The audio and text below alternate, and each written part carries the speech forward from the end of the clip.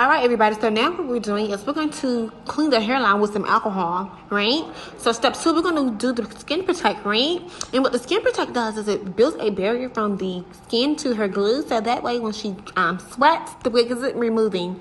We're going to use the Boho Activate. We're going to make sure her whole hairline is adhesed and adhesified. So basically, you're going to wait until it's dry, right?